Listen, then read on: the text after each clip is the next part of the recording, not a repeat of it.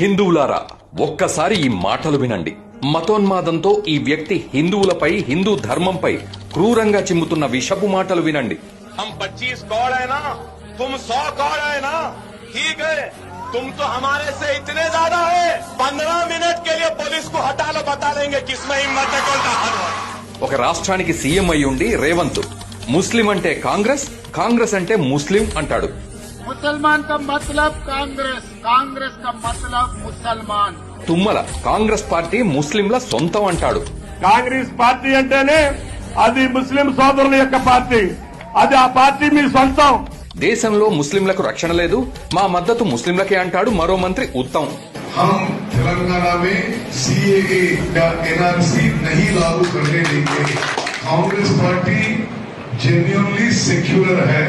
ముస్లిం మంత్రి అజారుద్దీన్ కాంగ్రెస్ మేమంతా తరతరాలుగా ఒకటే అంటాడు.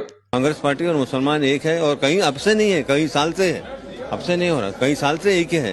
ఎమ్మెల్సీ దయాకర్ రాముడు మీకు చిన్నాయన అంటూ హిందువులను, హిందూ దేవుళ్లను హేళన చేస్తాడు. ఇలా మేము హిందువులం అంటున్నారు, ఏం రాముడు మీకు చిన్నయ్యా, సీత మీకేమైనా చిన్న మారా. జీవన్ రెడ్డి దేశానికి మంచి జరిగే చట్టాలు తెస్తే కించపరుస్తాడు. आर्टिकल 370 रद्द कर दिए. आर्टिकल 370 रद्द करने से किसको फायदा हुआ? कश्मीर वालों को फायदा हुआ, दीगर मुल्क वालों को फायदा हुआ, किसी को नहीं हुआ. మాజీ ప్రధాని మన్మోహన్ సింగ్ ఈ దేశ సంపద, ఆదాయాలపై మొదటి హక్కు ముస్లింలదే అంటాడు. Particularly, the Muslim minority are empowered to share equitably.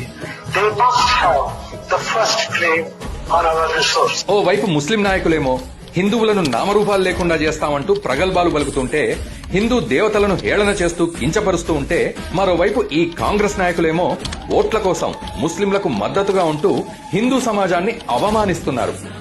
హిందువులారా, మేల్కొనండి. మన ధర్మం కాపాడే వాళ్లకు అండగా నిలబడితేనే దేశం నిలుస్తుంది. మన ఓటే ఆయుధం, మన ఐక్యతే మన భద్రత.